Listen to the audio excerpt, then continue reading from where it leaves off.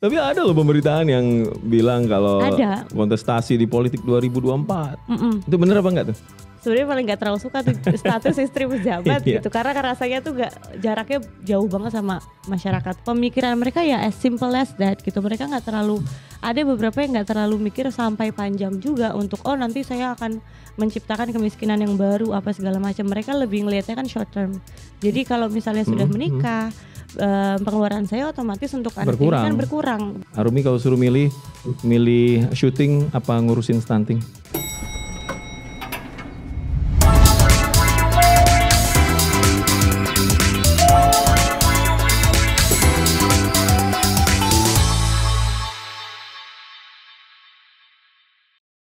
Selamat datang di podcast Suara Surabaya Lantai 2. Bersama saya lagi, Adit Jufriansah.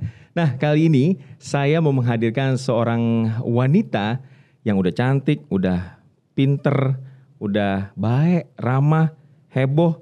Hebohnya gak boleh ketinggalan nih. Mbak Arumi apa kabar? Alhamdulillah. Hai Mas Adi. Kayaknya kalau setiap ketemu Mbak Arumi itu bawaannya mau senyum mulu memang. Masa sih?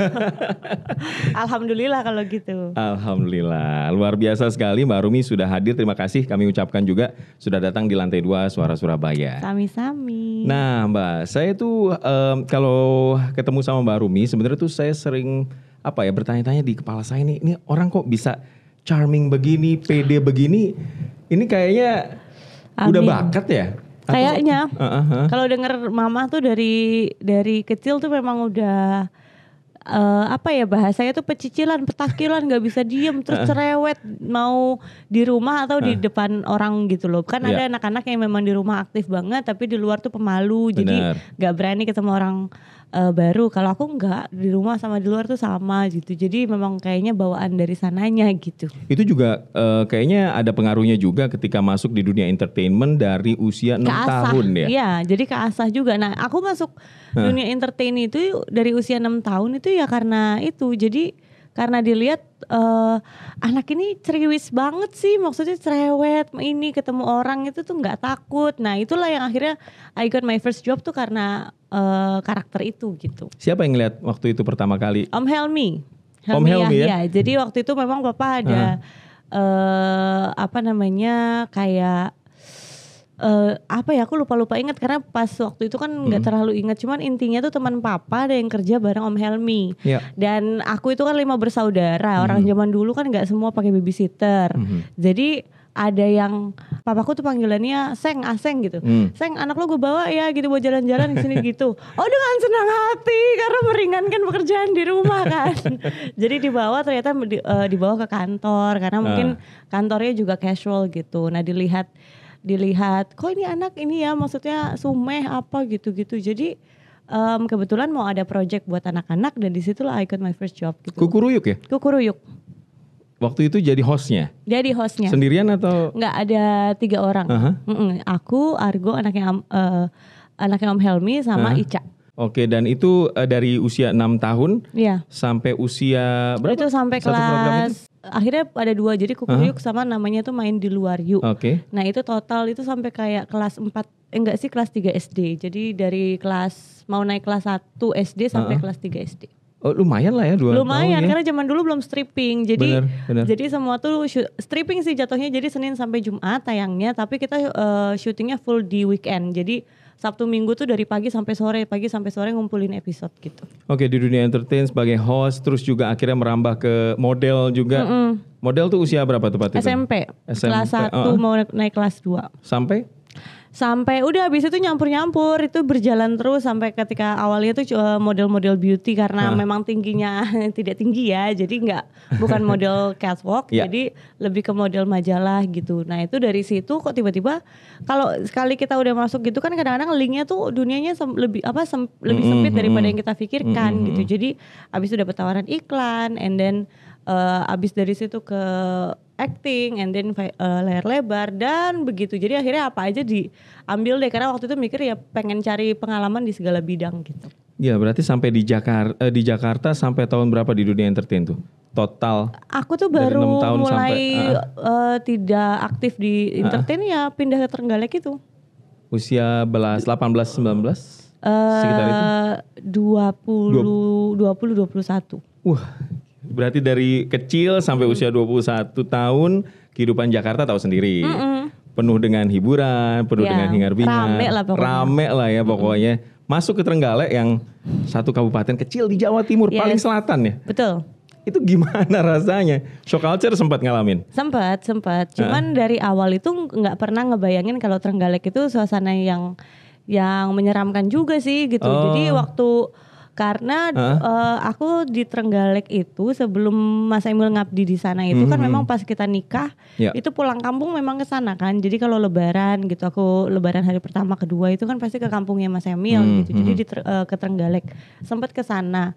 Shock culture-nya pas udah memang tinggal di sana gitu. Dari yang rame, jadi komen pertamaku tuh ketika udah mulai aktif gitu 100% tinggal di Trenggalek adalah di Trenggalek itu jam berjalannya lambat banget ya. Kalau di Jakarta kan kayaknya dari jam 8 tahu-tahu udah jam 12 siang, tahu-tahu udah malam lagi gitu. Kalau di Trenggalek itu kayak satu hari tuh ngerasa lebih banyak kegiatan yang bisa kita lakukan dalam satu hari gitu. Cuman minusnya adalah malam juga kerasanya jauh lebih pendek karena jam 8 malam tuh udah sepi gitu. Sempat nerapin kayak slow living gitu di Trenggalek?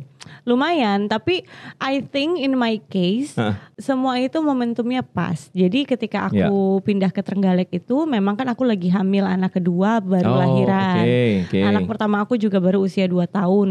2 tahun kurang kalau gak salah. Jadi itu kan hidup pribadi aku sendiri kan masih lagi hektik-hektiknya ya. Dan waktu itu jadi mau gak mau even though aku tinggal di Jakarta misalnya, aku juga mungkin gak akan langsung aktif yang ngambil project yang sebanyak aku kalau pas lagi gak nifas ataupun anakku gak baik gitu loh. Jadi memang pasti udah otomatis tuntutan dari fase kehidupan pada saat itu memang harus agak lebih slow. And then kemudian pindah ke Trenggalek jadi kayak momentumnya malah lebih pas sih. Jadi ngebesarin anak-anak itu jadi lebih masih bisa ke alun-alun, bisa kemana, yang kalau di Jakarta kan area terbukanya lebih sedikit ya. Jadi akhirnya aku ngerasa malah kayak universe. Semesta tuh mendukung sekali dengan fase itu gitu loh. Fase aku masih memang ini akhirnya agak-agak slow living gitu. Iya, bayangin ya dari usia 19 ya menikahnya sama Mas Emil. 19. 20 punya anak. 21 punya anak kedua. 21 punya anak kedua. Itu kebobolan, bukan ngebut itu kebobolan. Nggak, maksudku tuh kayak ditinggal di Kabupaten Trenggalek ya. Mungkin tidak semuanya tersedia di sana gitu ya. Itu ada kerepotan yang kayak gimana tuh?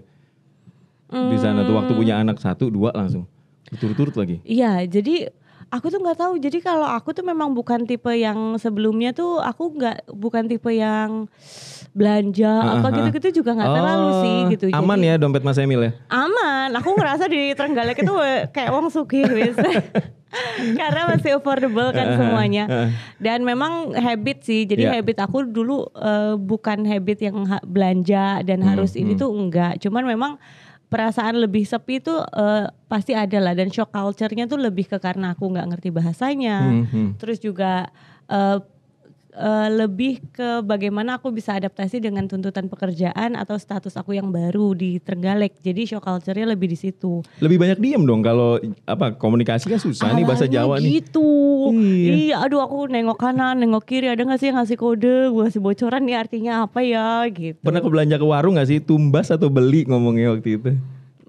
Akhirnya awal-awal sih beli gitu. Ya? Ngomongnya beli, cuman lama-lama ya akhirnya gitu mau nggak mau. Jadi survival mode-nya tuh karena kalau di Trenggalek itu karena kulturnya kan Mataraman tuh halus ya. Iya, benar. Jadi waktu aku bilang udah bahasanya Indonesia aja misalnya dalam rapat dan sebagainya. Itu bahasanya Indonesia aja ya gitu. Saya gak terlalu paham bahasa Jawa. Terus ibu-ibu terutama tuh pada bilang buatan parang bu ngomong sama Bu Bupati. Tapi karena kayaknya kalau bahasa Indonesia tuh kurang halus gitu. Aku bilang kan jadi ini antara dua nih. Mereka akhirnya mau ngomong bahasa Indonesia atau aku harus belajar Jawa gitu. Jadi akhirnya aku ya sudah memang harus aku yang beradaptasi gitu. Jadi ya udah. Sampai sekarang udah fase dong ya? Lumayan, tapi Surabaya ngerusak ya. Maksudnya ngerusaknya gimana? Aku tuh waktu medoknya beda atau gimana? Medoknya beda. Kemudian waktu awal-awal bisa bahasa Jawa kan langsung yang kromo. Jadi maksudnya yang halus. Iya lebih halus kan. sih Matraman. Kemudian udah baru bisa bahasa halus terus ke Jawa bahasanya wow. Tapi ya nggak apa-apa sih, seru-seru aja. Jadi vocabulary-nya lebih kaya. Oke, udah ninggalin Jakarta udah cukup lama ya? Udah cukup lama. Ya meskipun memang sesekali juga mampir ke Jakarta. Ada perubahan yang paling kerasa nggak sih? Waktu masih di Jakarta sama sekarang udah pindah ke Jawa Timur, ke Trenggalek atau sekarang ke Surabaya? Yang paling kerasa sih sebetulnya produktivitasnya. Kalau di Jakarta aku ngerasa karena macet itu kita produktivitasnya kehambat atau kegiatan agak kehambat gitu. Kita paling bisa 2 kegiatan yang beda tempat aja tuh udah bagus, that we can achieve in one day gitu. Tapi kalau Surabaya we can still achieve a lot of places gitu, bahkan keluar kota dan sebagainya. Jadi aku ngerasa malah justru lebih produktif juga sih gitu. Kalau Surabaya ini dibandingkan dengan Jakarta, memang tidak seramai Jakarta, tapi dia lengkap gitu, semuanya tuh ada. Jadi nggak ada yang kerasa missing gitu loh. Tapi enak ya kalau terkenal sebagai ibu pejabat dibanding artis atau gimana? Enggak. Lebih enak mana? Gimana ya? Aku juga nggak tahu. Kalau ini sebenarnya aku harus tanya sama orang yang ngelihat dan perspektif orang terhadap aku tuh sekarang mereka tuh lebih kenal aku tuh artis atau pejabatnya. Cuman my preference aslinya tuh sebenarnya dikenalnya itu sebagai artis atau bahkan lebih bagus kalau misalnya bisa dikenal ya sebagai Army Baksin gitu. Army Baksin yang dan tahu story-nya gitu. Dulu di entertain and then sekarang menjabat gitu. Jadi karena agak sulit, ini yang aku bilang tadi show culture dengan tuntutan pekerjaan jadi istrinya Mas Emil ketika sudah di politik atau sudah menjabat adalah aku kan karakternya tuh aktif gitu ya, kemudian lebih ceria gitu. Nah itu bertolak belakang sama tuntutan di PKK kan, tuntutan di pengabdian di atau istri pejabat lah gitu istilahnya ya. Aku sebenarnya paling nggak terlalu suka tuh status istri pejabat gitu karena rasanya tuh jaraknya jauh banget sama masyarakat gitu. Cuman untuk make it simple ya istri pejabat tuh biasanya atau pada saat itu di persepsi aku tuh ya harus tertoto gitu loh, apalagi di Jawa kan gitu. Tapi harus mungkin tertata. itu juga jadi salah satu alasan Mbak Arumi ini buat kuliah S1 di IAIN Tulungagung. Jadi aku memang kan masih kuliah. Jadi waktu aku nikah itu kan aku masih kuliah. Kemudian karena Mas Emil itu pindah ke Trenggalek, kuliah aku jadi harus cuti kan. Benar. Aku pikir kalau cuti kelamaan udah gak ada semangat dan sebagainya. Jadi aku coba minta sama kampusku yang di Jakarta untuk transfer aja deh pada saat itu yang paling dekat kampus dan juga ada mata kuliah yang cocok itu di IAIN Tulungagung. Jadi akhirnya aku bisa nyelesainnya di Tulungagung. Alhamdulillah. Ekonomi syariah. Luar biasa sekali. Udah cantik, pinter. Amin. Nggak suka belanja. Ini cari yang kayak begini di mana ya? Oh saya nggak suka belanja yang itu, tapi ada aja. Kalau perempuan mah ada aja tempat ininya. Kos untuk makan, mungkin lebih dari yang memang suka makan. Iya, hiburan saya kayak makan. Hiburannya makan ya, nggak usah belanja ya, nggak usah belanja yang macem-macem. Nah, akhirnya sekarang juga banyak aktifnya juga sebagai ibu PKK, Ketua Dekranasda Jawa Timur juga. Itu gimana? Ada hambatan atau kesulitan nggak yang dihadapin waktu pertama kali menjabat tuh, Mbak? Sampai sekarang. Adaptasinya aja sih. Jadi awal-awal tuh bingung gitu. Aku bagaimana karakter yang aku ini tuh bisa tidak merusak marwah dari si PKK, Dekranasda dan sebagainya gitu. Karena aku takut banget karakter asliku ini nggak representatif gitu. Karena pada saat dinas sebagai ketua tim gerak PKK ataupun Dekranasda, aku rasa itu kan bukan mencerminkan aku aja, tapi mencerminkan organisasi itu dan juga pemerintah. Nah awal-awal tuh ya agak berat juga adaptasinya dari yang ceria banget sampai akhirnya aku diem banget gitu kan. Karena takut salah, duduk apa segala macam tuh diem. Pasti stres banget tuh. Awalnya gitu sampai akhirnya aku coba cari jalan tengah lah gitu. Aku nggak bisa kalau misalnya terlalu diem, terlalu ini kayaknya ngerasa bukan aku gitu. Tapi juga aku nggak mungkin pada saat dinas itu benar-benar secara PDW gitu kan nggak bisa karena ada tanggung jawab di situ. Jadi ya aku ngobrol sama tim di situ, aku bilang, Bu ini saya kan ibu-ibu tahu ya saya ini begini, tapi juga saya bukan berarti tidak serius atau tidak bertanggung jawab terhadap pekerjaan. Jadi kalau misalnya sama saya mungkin dalam penyampaian atau dalam ininya lebih dengan karakterku, tapi substansinya tetap masih serius gitu. Ya, dan alhamdulillah lagi latar belakang pendidikan Anda sebagai S1 Ekonomi Syariah ini juga akhirnya dibawa juga ya di tugas yang diberikan ya. Kurang-kurang malah Mas. Oh, iya? Jadi kalau PKK ataupun Dekranasda itu mencakupnya luar biasa luas. Jadi especially PKK ya. Jadi dia itu mencakup kesehatan kemudian pendidikan keuangan kemudian bagaimana pengaturan rumah tangga dan sebagainya. Jadi seluruh aspek kehidupan itu dicakup sebetulnya sama PKK. Jadi awalnya tuh sampai buku ADART aku baca. Terus buku apa? Itu buku yang sama sekali kayaknya nggak pernah kebayang buat dibaca ya? Enggak, Masya Allah enggak pernah. Nah terus buku apa transisi jabatan itu kan biasanya ada masa bakti sebelumnya. Itu aku baca sebenarnya kegiatan PKK apa. Sampai akhirnya RPJMD aku ikut rapatnya supaya paham gitu loh visi misinya apa. Ini PKK tuh tugasnya apa, ngapain, kenapa sih harus ini, kenapa sampai pokoknya getol banget deh, karena aku takut banget ketika tampil di depan masyarakat membawa nama besar PKK, tapi aku sendiri tidak kompeten gitu. Jadi akhirnya I do my homework lah pada saat itu. Wow, nikmatin banget ya sambil keliling Jawa Timur. Apalagi di Jawa Timur ini kan dapat amanah di sini tuh, wah aku bahagia sebetulnya karena punya kesempatan yang lebih luas lagi gitu. Dari mulai Trenggalek itu tuh udah bersyukur ya, karena maksudnya aku dikasih jalan ataupun kesempatan untuk bisa melihat sisi kehidupan yang mungkin sebelumnya nggak akan kepikiran untuk aku jelajahi gitu kan. Kemudian sekarang dikasih amanah untuk area yang lebih luas lagi, malah bersyukur sekali. Menemukan apa aja Mbak waktu keliling Jawa Timur? Wakeh. Kok banyak. Lebih fasih ya dia? Nah kan nemu perbedaan culture, walaupun sama-sama Jawa Timur tapi kaya banget dari mulai bahasanya, culture-nya, makanannya, sampai dengan masalah-masalah sosial yang dihadapin juga beda-beda. Jadi di satu sisi bersyukur, tapi di satu sisi juga wah ini PR nih gitu, PR buat sama-sama sih gitu, karena satu aspek aja nggak bisa nyelesain pasti. Ya sama menemukan juga keindahan batik kayaknya ya, juga ditemukan seorang Arumi ya. Yes. Bahkan kita juga tahu lah, Anda juga pasti tahu kawan, batiknya batik Arumi. Waktu di Trenggalek aku bikin itu. Waktu di Trenggalek itu ya. Itu ide dari mana? Siapa yang minta atau memang inisiatif sendiri Mbak? Inisiatif sendiri. Jadi waktu itu kalau compare tuh Jawa Timur, Trenggalek kan jadi lebih kecil ya. Jadi waktunya tuh nggak terlalu lama untuk paham semua batik yang ada di Trenggalek, kemudian karakteristiknya, budayanya. Nah menurutku pada saat itu jadi motif batik yang sudah beredar di sana itu udah cukup lama. Jadi memang nggak boleh hilang, cuman memang belum ada inovasi yang baru lagi. Kemudian juga padahal kultur yang ada di Trenggalek itu banyak, jadi nggak terrepresentasi di batiknya. Nah disitulah aku bilang coba ngumpulin para perajin batik. Aku bilang apa kita bikin batik. Tadinya saya mau bikin perlombaan, jadi perlombaan desain motif baru yang menggambarkan Kabupaten Trenggalek. Tidak direkomendasikan lah pada saat itu ide yang bagus, tapi maksudnya udahlah, atau ibu ngomong gini apa punya inspirasi atau apa gitu kan. Nah terus saya waktu di Trenggalek tuh suka banget sama tarian Tronggoyakso.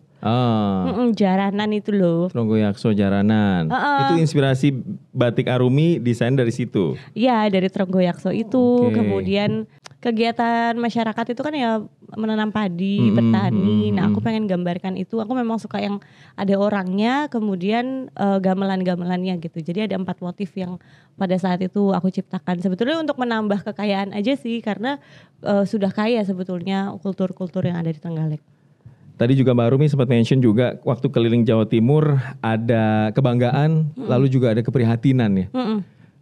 Apa yang Anda temui khususnya di waktu Anda prihatin melihat Jawa Timur? Sebenarnya konsekuensinya logis ya, karena semakin the bigger the size of the population, pasti masalahnya akan makin banyak gitu. Jadi masalah pernikahan dini ada, narkoba ada gitu. Kemudian HIV, masalah-masalah sosial yang rasanya tuh dulu jauh dari kehidupan sehari-hari aku gitu. Tapi sekarang ini tuh mau nggak mau ya harus peduli karena it's part of your job gitu. Iya benar. Kemudian masalah kemiskinan, kemudian masalah emansipasi wanita dan sebagainya. Stunting, kesehatan gitu ya. Yes. Oke, iya karena saya juga baru beberapa waktu lalu saya juga dapat data dari Provinsi Jawa Timur juga yang jadi provinsi dengan angka perkawinan anak paling tinggi ya. 10,44%, itu lebih tinggi dari angka nasional, rata-rata nasional. Anda waktu itu nemukannya di kabupaten kota mana Mbak paling yang pernah Anda temuin Mbak? Ada banyak di Madura, kemudian ada di daerah-daerah yang biasanya tuh korelasinya agak lebih tinggi dengan tingkat kemiskinan yang cukup tinggi juga. Misalnya waktu itu pernah ketemu di Ponorogo dan sebagainya gitu. Kalau di Madura atau Ponorogo yang ketemu langsung gitu? Trenggalek pun masih ada. Trenggalek masih ada? Masih. Pernah ngobrol nggak sama 2 orang yang menikah muda ini? Atau pernikahan anak, Aku pernah ketemu, tapi kalau in depth ngobrol itu biasanya aku tugasin sama dinas sosial. Karena sulit, aku nggak terlalu gimana ya, aku ngebayangin kalau pada saat itu tuh jadi mereka kemudian didatengin berbondong-bondong gitu. Terus diomongin masalah yang sangat sensitif tentang keluarga, apalagi langsung sama ibu bupatinya gitu. Atau bu wagubnya gitu. Jadi kayaknya terlalu invasion. Dan kalau aku datang tuh biasanya nggak pernah sendiri ya, rombongannya jadi banyak gitu. Aku ngerasa nggak terlalu etis gitu ketika aku mengekspos hal-hal yang seperti itu gitu. Apalagi yang pengen kita highlight kan betapa sangat tidak direkomendasikannya nih yang dilakukan gitu kan. I don't think that's ethical gitu. Jadi biasanya aku minta in-depth conversations, masalahnya, akarnya, jadi kronologinya semua tuh ada orang khusus yang memang aku tugasin. Akhirnya aku bisa dapat full story-nya gitu. Apa Mbak alasan mereka itu paling banyak?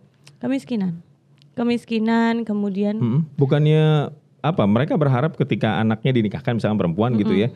Lalu sebagai orang tua tanggung jawab lepas gitu atau? Kurang lebih. Gitu ya? Iya, kurang lebih begitu. Kalau misalnya ada yang, karena kan ada yang berpendapat juga kalau anak itu kan juga salah satu sumber pengeluaran terbesar finansial ya. Aduh, sedih ya kalau itu sumber pengeluaran gitu ya. They don't think kalau kids adalah investment, beda gitu. Tapi mereka berpikir lebih ke pengeluaran gitu. Jadi when the age udah akhir balik gitu ya, baik laki-laki ataupun perempuan, itu bayangan mereka tuh udah at least itu udah saatnya untuk mereka bisa mandiri. Nah, mandirinya paling cepat kan dengan cara menikah. Nah, banyak juga yang akhirnya putus sekolah kan. Jadi aku bilang kalau strateginya seperti itu sama dengan menciptakan kemiskinan turun-menurun, jadi menurunkan kemiskinan warisan, karena biasanya pernikahan dini atau pernikahan yang tidak sesuai dengan anjuran-anjuran itu biasanya menjadi pintu dari masalah-masalah sosial yang lain gitu. Iya, jadi kemiskinan itu struktural ya, jadi turun-temurun ya. Pernah ngobrol sama orang tuanya atau ada sesuatu yang disampaikan sama mereka? Iya, jawaban mereka biasanya simple itu, sesimpel itu. Because kita nggak bisa compare ya kehidupan kita, terutama yang lama di kota sama yang di desa, itu nggak bisa di-compare gitu. Jadi they're facing challenge yang beda juga gitu. Dan pemikiran mereka ya as simple as that gitu. Mereka nggak terlalu, ada beberapa yang nggak terlalu mikir sampai panjang juga untuk nanti saya akan menciptakan kemiskinan yang baru apa segala macam. Mereka lebih ngelihatnya kan short term. Jadi kalau misalnya sudah menikah, pengeluaran saya otomatis untuk anak ini kan berkurang. Dia biasa ikut suaminya. Atau si suami ini dengan menikah ini, jadi mau tidak mau kan dia harus jadi kepala rumah tangga. Nanti menjadi ruang bagi keluarga untuk bisa, udah kamu harusnya kerja gitu. Nah sekolah udah jadi nomor sekian deh gitu. Itu paling kecil ketemu usia berapa waktu itu Pak? Di pernikahan anak? Aku nggak terlalu ingat, cuman pokoknya dari usia 14. Si cewek atau si cewek cowok? Cewek 14. Ada yang itu, ada yang ceweknya muda tapi cowoknya udah cukup usia. Ada juga yang dua-duanya masih piyik-piyik gitu ya. Aku umur segitu masih, ya Allah apa yang kupikirin ya. Iya. Dan ya tadi ya, ini statement yang luar biasa sih, kayak kemiskinan struktural di Indonesia tuh udah kayak ya udah akhirnya bulat di situ-situ aja. Dan bahkan kita tahu sendiri ya Mbak Rumi juga tahu soal pernikahan anak juga bisa menyebabkan stunting juga. Iya. Ini kayak lingkaran setan gitu kayak juga. Kayak lingkaran setan makanya.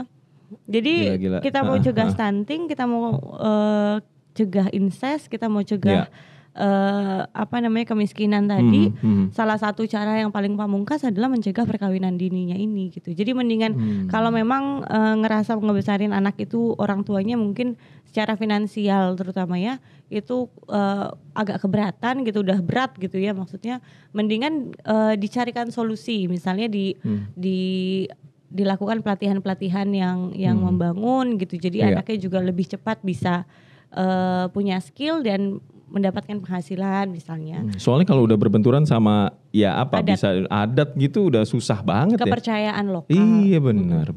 Dan tapi optimis sih Mas, optimis. Karena sebetulnya invasion dari masuknya digital ini sampai ke kampung-kampung kan. Ya asalkan dia ada internetnya, walaupun agak Senin Kamis ya kadang-kadang internetnya di beberapa daerah gitu ya, tapi membuka wawasan dari si anak-anak yang remaja juga kan gitu. Jadi akhirnya kita ngelihat makin kesini walaupun orang tuanya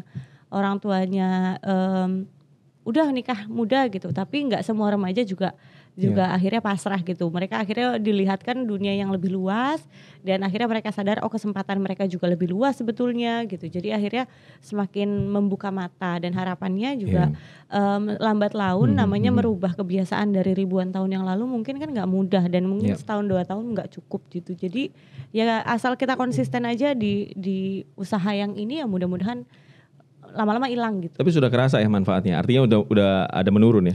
Udah. Jadi dengan sosialisasi, dengan menggunakan tokoh-tokoh masyarakat sampai dengan menggunakan kekerasan sedikit ya gitu. Kekerasan tuh lebih tegas maksudnya. Oh iya. Jadi kayak misalnya dari pihak KUA-nya gitu. Misalnya ada yang mendaftarkan pernikahan di usia kemudian dilihat usianya masih di bawah 18 tahun.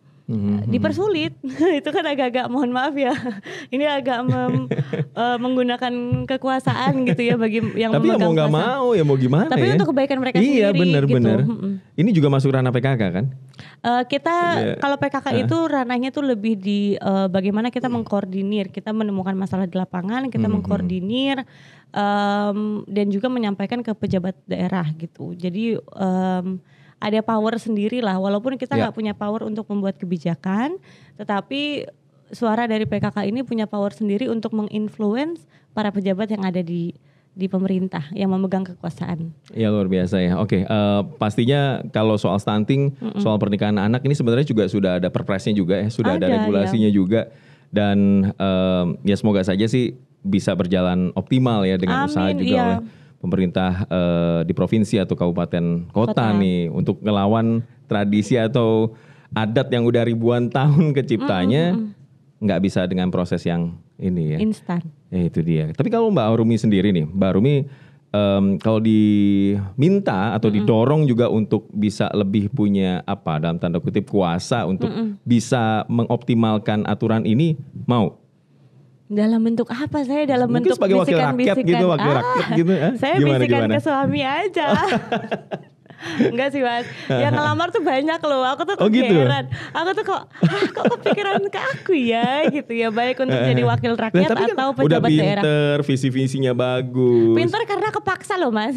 Pinter kepaksa tuh gimana? Ya karena memang dihadapkan dengan tugasnya gitu. Punya amanah gitu. Dan aku tuh bentuk rasa syukur dan terima kasihku kepada masyarakat yang mempercayai Mas Emil dan keluarga kami untuk bisa di Jawa Timur adalah dengan gimana caranya aku bisa giving my best gitu, back to the people gitu. Cuman kalau akunya sendiri yang terjun langsung sampai saat ini ya aku nggak tahu ke depannya cuman sampai saat ini sih aku masih menikmati jabatanku sebagai supporter paling depannya Mas Emil gitu.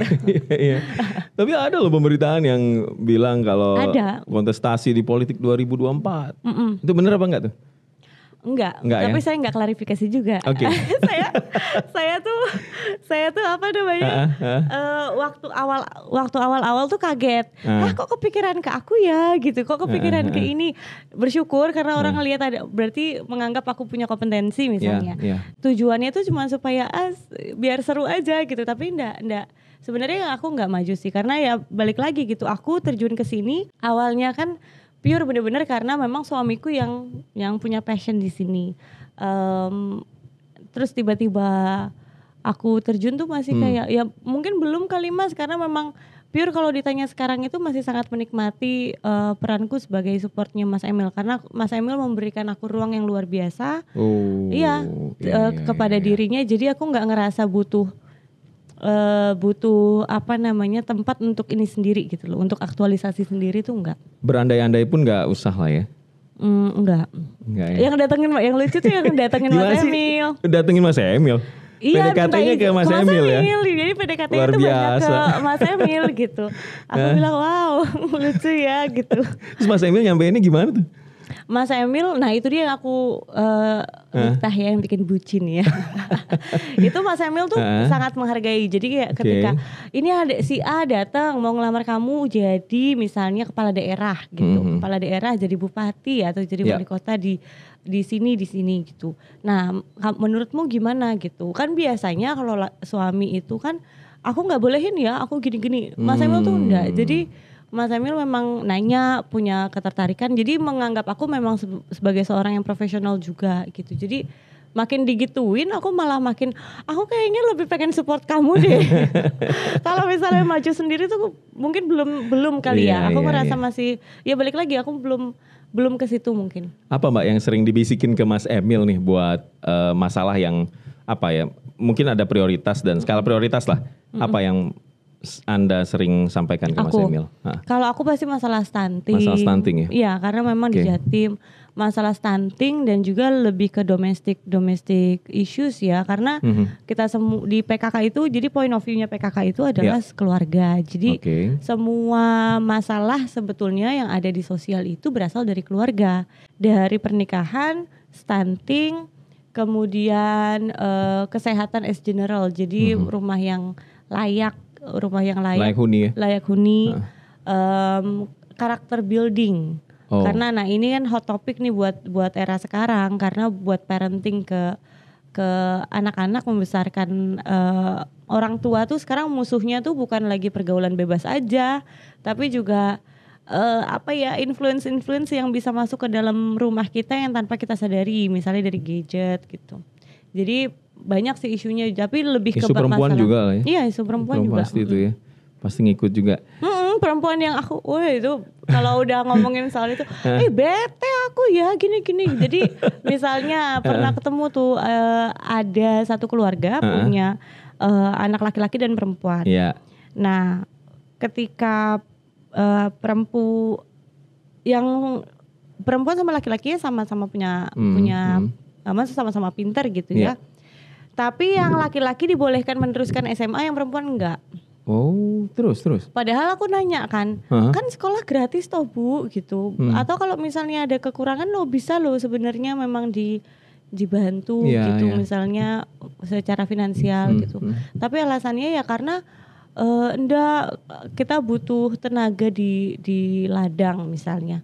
Nah, kalau menurut saya ini sekali lagi kan setiap orang punya kehidupan beda-beda, tapi menurut kacamata saya tuh pada saat itu kok nggak fair ya, dan kenapa kalau ada pilihan antara laki-laki dan perempuan selalu perempuan yang dikorbankan gitu.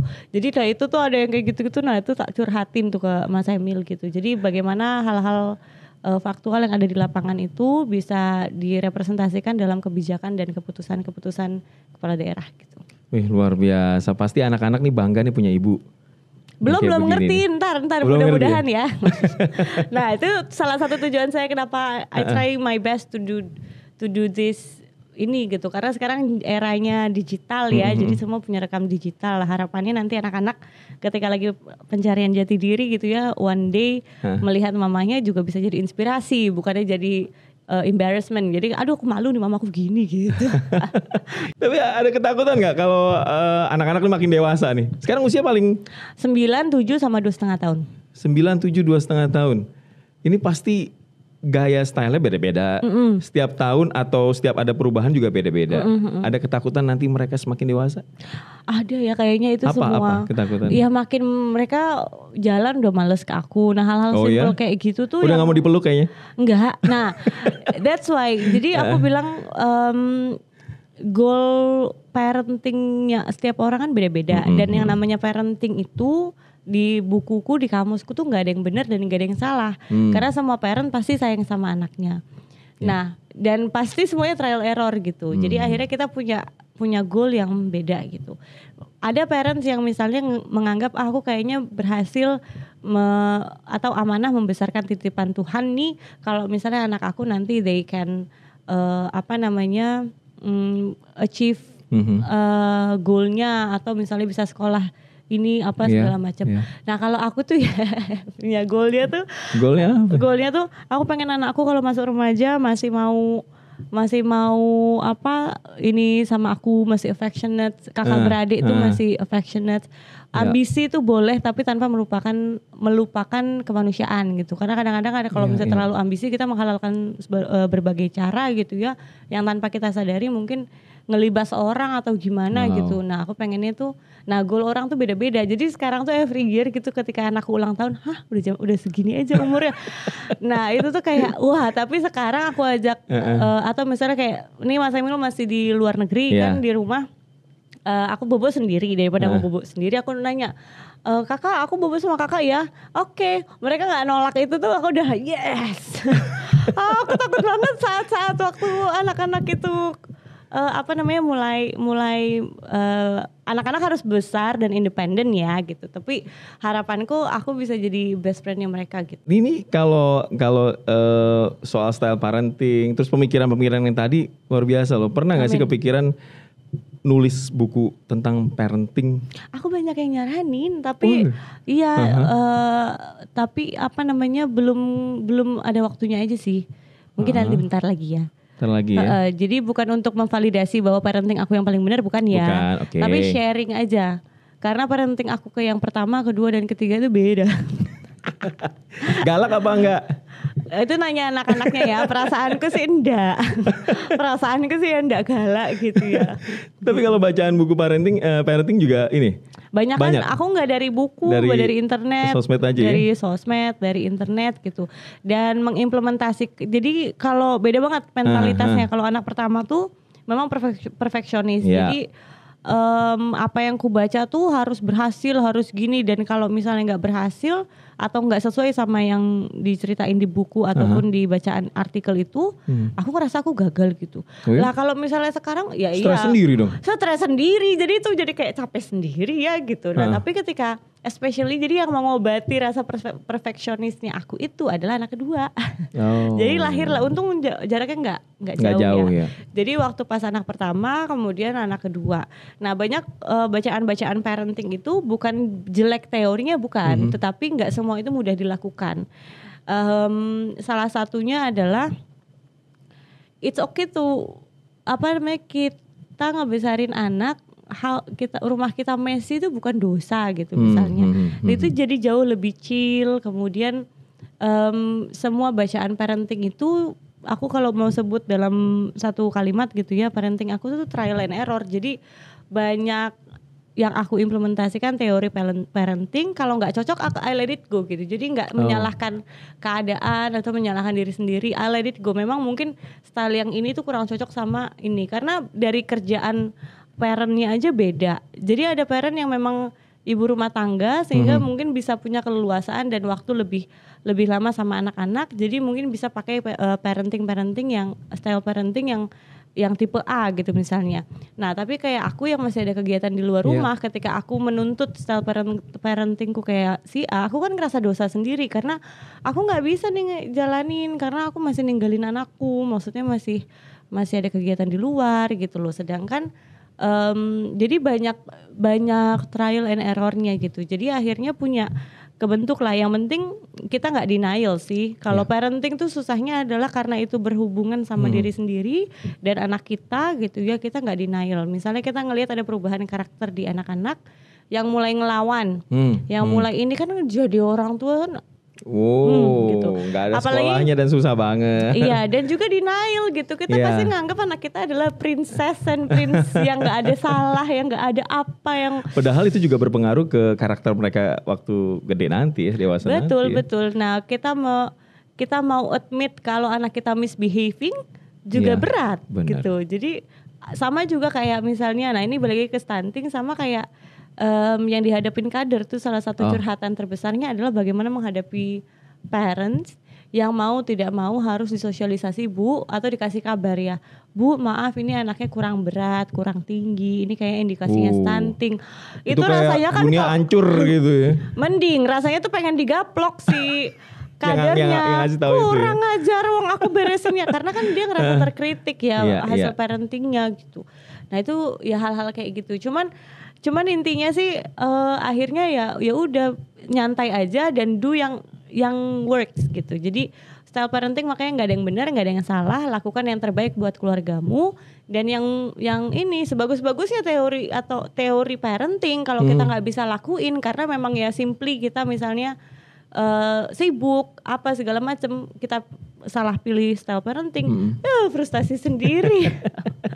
Kalau tadi anak-anak sekarang masih mau nih, oke diajak tidur bareng gitu ya, bertiga gitu atau berempat gitu.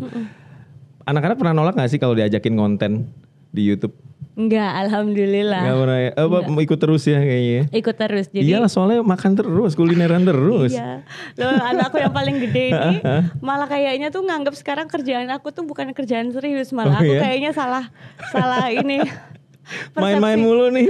Iya, karena aku kalau misalnya datang kunjungan ke satu daerah apalagi agak jauh, kan aku ngerasa rugi waktu ya. Dari Surabaya misalnya kemana itu kan udah keluar berapa jam sendiri. Kalau misalnya pulang tanpa mencoba kulinernya lah atau belanja ininya, aku ngerasa aduh aku rugi banget ya gitu. Aku pengen ini gitu. Nah jadi selalu disempetin walaupun cuma ada setengah jam lah atau apalah yang udah aku targetin tuh dari jalan udah tak riset. Oh di riset dulu. Kalau aku ke Kediri apa ya gitu. Oh ini aku udah pernah makan. Aku mau coba yang baru. Nah anak-anak itu ngelihat itu tuh wah ini setengah-setengah liburan nih. setengah-setengah vacation ya kan. Nah jadi akhirnya mau ikut dengan persepsinya seru gitu. Beda sama papanya. Pernah ayo kamu ikut papa gitu. Pernah mereka ikut papa kan. Cuman papanya kan jadwalnya pasti lebih padat-padat ya. Lebih padat-padat. Jadi satu kegiatan cuma bisa main celok situ dan nggak bisa punya keleluasaan kemana-mana gitu. Jadi harus ke sini. Nah ketika bapaknya lagi kerja itu kan entah sambutan, entah apa si anaknya kan mau nggak mau dititipin dulu ke sana, titipin dulu sini, titipin dulu sana gitu. Jadi kan aku dititip-titipin mah, katanya gitu. Udah jadi, protes ya? Udah protes, udah ikut mama aja. Nah waktu di Jawa Timur nih kan ya udah banyak kabupaten kota yang didatengin nih sama Mbak Arum ini. Kuliner juga gak bakalan bisa lepas. Jatuh cinta sama kuliner dari daerah mana? Gak bisa dipilih tuh. Gak bisa dipilih karena punya ininya sendiri, daya tarik. Suka makanan manis atau pedas, asin? Aku suka semua. Oh ini repot juga nih. Repot. Tapi kalau misalnya lebih enak tuh gini, kalau misalnya mau makanan pedas terus juga rasanya tuh seimbang. Jadi kayak lebih ke asin terus pedas terus gurih, Madura. Oh iya enak banget itu. Enak. Nasi putihnya enak banget. Iya. Madura. Terus juga kalau mau nasi yang harus ada lodehnya ke daerah Mataraman deh. Tulung Agung, Trenggalek itu mejanya selalu ada ini apa namanya? Terus kalau misalnya mau yang agak seafood terus pedesnya tapi yang sampai kalau bisa keluar asap ya kuping kita. Tuban. Oh iya. Gitu nggak tahu kenapa tuh level pedesnya mereka tuh toleransinya tinggi sekali gitu. Jadi yang buat mereka nggak pedes buat kita udah aduh pedes banget gitu. Jadi nggak bisa dipilih karena punya daya tarik masing-masing mereka. Lebih suka jajan apa makanan berat sih? Suka semua. Cuman aku suka jajan juga sih. Maksudnya makan apa, berat telur gulung? Suka. Yes. Telur gulung. Ini jajanan SD loh? Iya. Memang dari kecil makanannya itu. Oncom, astagfirullahaladzim guys. Di sini nggak ada kalau oncom. Aku mau nangis sih, sedih banget. Aku tuh nyari oncom ya, astagfirullahaladzim. Riweh, susah nggak ada. Ya? Yang lucu di Trenggalek itu. Gimana? Aku pernah ke peternakan sapi. Terus? Aku lihat pakannya dia kan. Pakannya itu adalah limbah tahu dari pabrik-pabrik itu. Nah limbah tahu itu kan versi belum jadinya oncom. Terus jadi gimana tuh ngeliat itu? Aku mau minta, tapi kok ya itu pakan sapi ya gitu. Aku kok ya masa saking cintanya atau saking kangennya sama oncom sampai segitunya? Aku dibesarinnya tuh sama makanan-makanan kampung soalnya. Jadi tuh punya ini sendiri, jengkol gitu. Mungkin dulu tuh aku dibesarinnya tuh di tetangga-tetanggaku tuh ya Betawi gitu loh. Di Jakarta tuh Betawi, jadi makanannya tuh ya begitu. Tapi kalau disuruh milih, lebih milih mana? Street food Atau makan di restoran lah? Enggak, street food lah. Street food lah ya? Iya. Di restoran ya oke sih, maksudnya aku nggak against juga gitu. Cuman sensasinya selalu beda lah sama street food gitu. Dan itu semua dimasukin ke YouTube ya? Ya itu saking biasanya sih karena aku nggak awal-awalnya tuh kenapa jadi banyak konten makan karena kita bingung. Kalau ketika sudah ngonten itu kan dari yang awalnya senang-senang dan berjalan natural ya, makin lama apalagi udah ada penontonnya itu makin lama makin jadi tuntutan ya. Ini kok minggu ini aku jadi aku mikir konten apa lagi ya gitu. Jadi akhirnya kan kita makan tiap hari terus kebetulan memang hobinya suka explore makanan gitu loh. Jadi akhirnya ya udahlah itu aja lah dimasukin ini. Akhirnya karena kepepet. Cuman alhamdulillah banyak yang ternyata mungkin passionnya sama gitu. Jadi akhirnya ditonton. Tapi suka ribet soal aduh ini gizinya kayak kurang deh. Ini kan suka jajan tuh, suka ngitung-ngitung kayak begitu nggak? Karbonya kebanyakan nih. Pas diet aja, kalau enggak sih enggak. Tapi segini masih diet? Tergantung mau apa. Kalau mau foto keluarga aku diet. Kalau enggak sih enggak.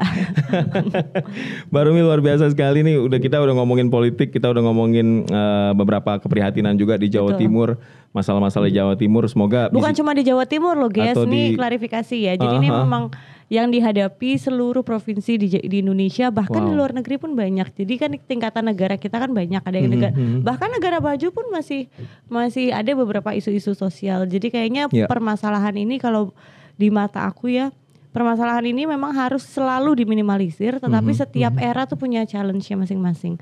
Nanti Indonesia ketika sudah jadi advanced country, maksudnya ketika udah jadi negara yang maju banget gitu ya, pasti punya tantangannya sendiri, entah di ekonominya, entah di ini gitu. Jadi semua masa tuh pasti punya tantangan. Cuman kebetulan pas masanya aku tantangannya ini. Yang penting mudah-mudahan kontribusi kita tuh pada saat ini bisa punya efek lah gitu. Amin. Arumi kalau suruh milih syuting apa ngurusin stunting? Berat ya. Syuting sambil ngurusin stunting nggak boleh, jadi dikontenin. Iya, filmnya yang membawa isu stunting gitu, oke kali ya. Ayo para produser, para sutradara.